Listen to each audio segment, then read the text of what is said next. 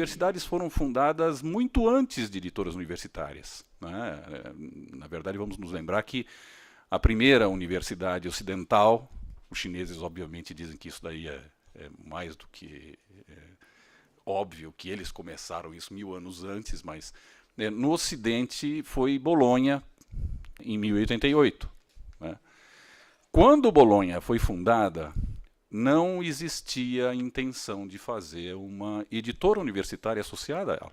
Outras tantas universidades ao longo dos séculos XII, XIII, foram fundadas também sem que se tivesse a intenção de publicar livros por aquelas universidades. A publicação de livros aconteceu como num surto a partir do século XV. Esse fenômeno da multiplicação de editoras universitárias e da preocupação com a edição universitária, ela surgiu concomitantemente com a criação, com o surgimento da mentalidade científica que caracterizava o conhecimento como partilha. Né? A partir de então, nós temos a tendência crescente a partilhar aquele conhecimento que estava antes isolado. E tentar fazer com que essas publicações geradas por aquelas pesquisas internas da universidade, elas fossem disseminadas da melhor maneira possível. E é nesse contexto que as editoras universitárias são criadas. Eu acho importante que nós lembremos disso sempre, sempre, para que consigamos entender o que contemporaneamente bate no coração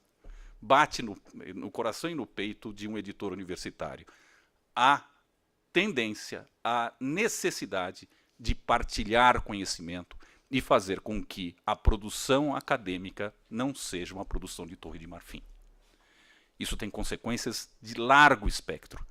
Entre outras, a de não se arvorar e não se deixar publicar alguma coisa que nós tenhamos a consciência de que não serão disseminadas.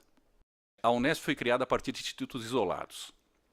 Cada um deles tinha publicações, tinha periódicos, certamente hoje ainda vigentes e bem mais antigos que a própria universidade que hoje os abriga. Né? Se tentou organizar esses periódicos de alguma forma mais orgânica, né? mais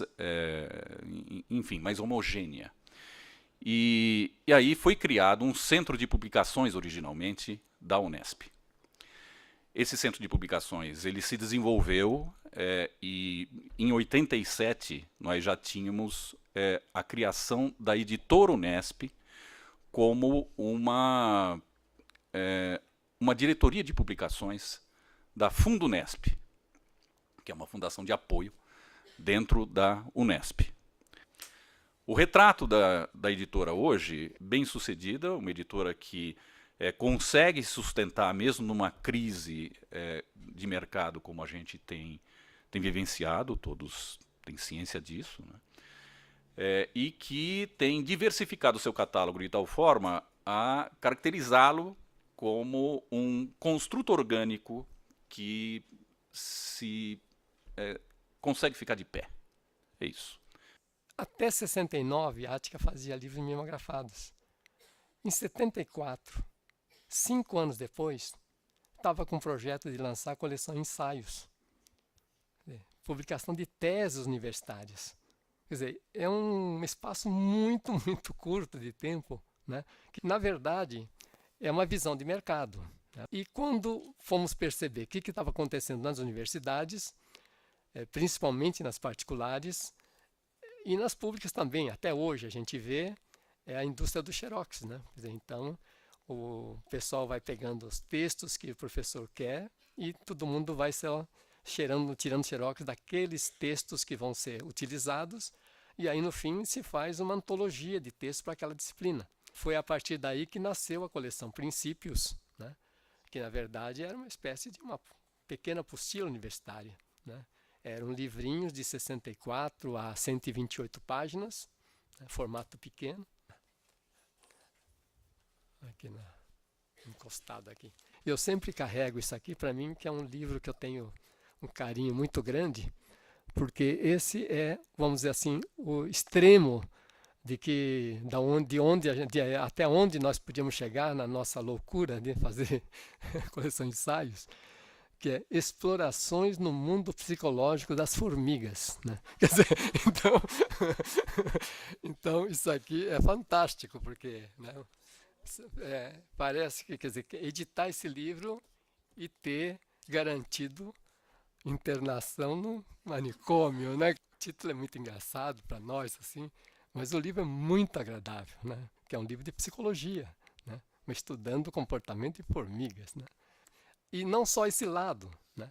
Esse lado meio, né, vamos chamar, meio exótico hoje, mas um lado até meio político, né? Porque vivíamos a ditadura e muita coisa não era publicada fora do mercado editorial.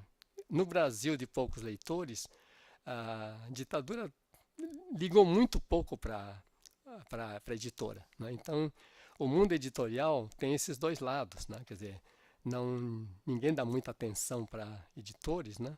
E, na época, todo mundo que era censurado, né, partia para livro, né? Partia para livro, e livro, quer dizer, então muitos jornalistas, né, como Zé Lozeiro, por exemplo, que tinha dificuldade para publicar em jornais, fez grandes sucessos, né, best-sellers com livros. Eu acho que os editores que podiam ser chamados de verdadeiramente editores, eu acho que se preocupavam muito em fazer isto, né, de procurar um jeito de fazer esse público querer o livro, né, querer o tipo de livro, né? Então, não é mera propaganda, é criar algum tipo de coisa um pouco mais profunda, né? Então, isso que eu acho que estaria faltando, né?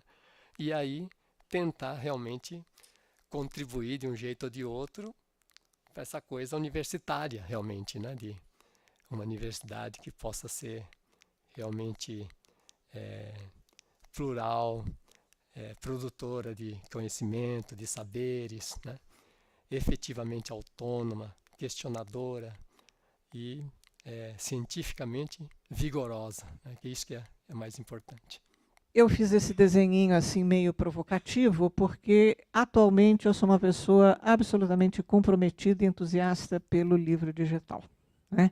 Acho que o número de vezes que eu já perguntei para o Gérgio, e aí o Lobato, quando é que a gente vai ter um Lobato digital? Ele disse, não, vai ter, etc. e tal. Eu sempre acredito, mas eu gostei dessa imagem em que eu tenho ali um iPad do lado de um livro encadernado em couro, com um dourado, etc. e tal.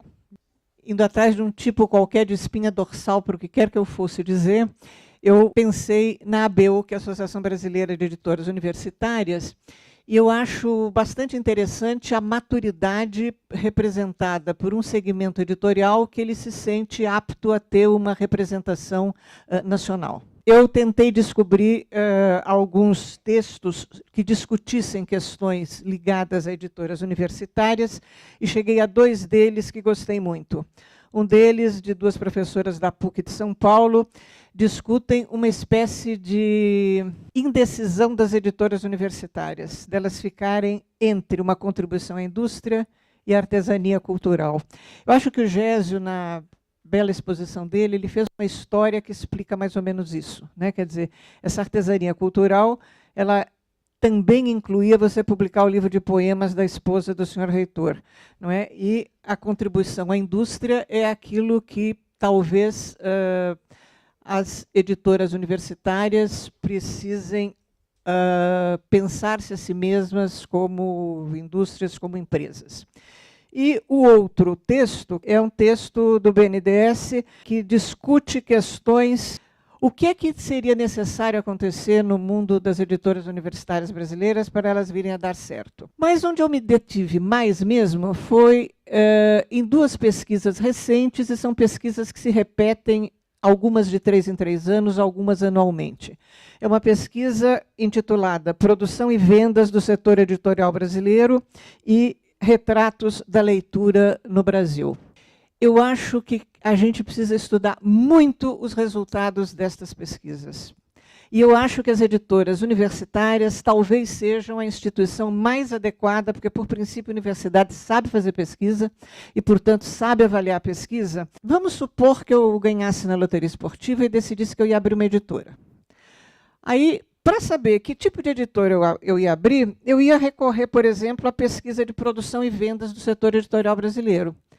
Só que eu podia ler todos as últimas pesquisas feitas nos últimos 6 anos, eu não teria a menor ideia de que raio de editora eu devia montar para ganhar dinheiro.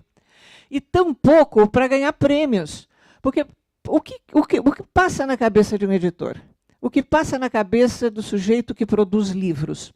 É muito curioso, porque na universidade a gente não pensa que a gente produz livros, a gente produz conhecimento, a gente produz sabedoria, a gente produz literatura, a gente produz uma porção de coisas. Mas a materialização, a transformação daquilo que a gente supõe que a gente faz num livro é algo que só acontece dentro de uma estrutura capitalista, empresarial, etc. E isso torna, às vezes, a gente, povo da universidade, meio de má vontade, de muxoxo em relação a editores e vice-versa. No artigo das professoras da PUC, elas entrevistaram vários editores universitários e uma das queixas era a completa instabilidade institucional das editoras.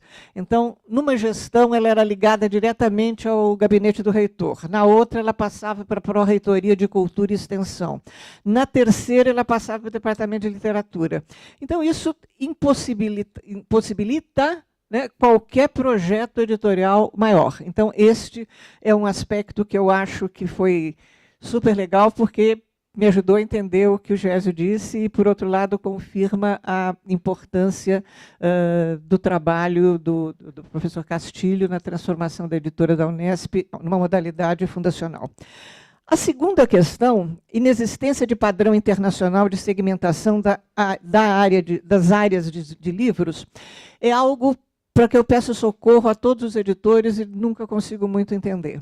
Que discute o seguinte: quando a gente vê essa pesquisa do produção e vendas do setor editorial brasileiro, a gente não consegue necessariamente entender muito o que são obras gerais, o que são obras LTC, são os técnicos profissionais e qualquer outra coisa. Qual é a diferença entre literatura infantil e literatura geral? Supondo que eu seja aquela ganhadora da loteria e que quero montar uma editora, eu continuo sem saber em que tipo de obra eu devo investir. E quando, nesse paper do BNDES, se discute a instabilidade disso e a inexistência de um padrão internacional, as pessoas a quem eu tinha perguntado, a resposta que eu recebi era sempre que isso é internacional, que isso vem da Unesco. E a Unesco é o santo dos altares, a gente não discute. Ora, se esse sujeito diz que não é universal, que não é internacional, então alguém me explique, ou mude as categorias, ou faça alguma coisa. E eu confesso que isso também me incomodou, começou a me preocupar, a partir do momento que eu assumi a curadoria do Prêmio Jabuti, porque o Prêmio Jabuti dá prêmios a 27 categorias. Essas 27 categorias não correspondem às categorias de livros produzidos no Brasil. Então, eu não sei jamais se os 82 livros inscritos na categoria gastronomia, quanto eles representam da produção de livros de gastronomia em relação aos 190 livros, romances inscritos, representam em relação à produção. Quer dizer, eu não tenho como comparar quantidades. E eu sempre acho que eu é que não sei, porque como eu venho de letras, eu lido mal com números, claro, né? O meu campo são as letras e não os algarismos. Mas estes algarismos, eles são fundamentais para que a gente conseguisse entender melhor o mundo dos livros, mundo do qual nós falamos, e que dentro da universidade a gente pensasse na questão básica também que o Gésio levanta, que é a questão da difusão do saber produzido na universidade.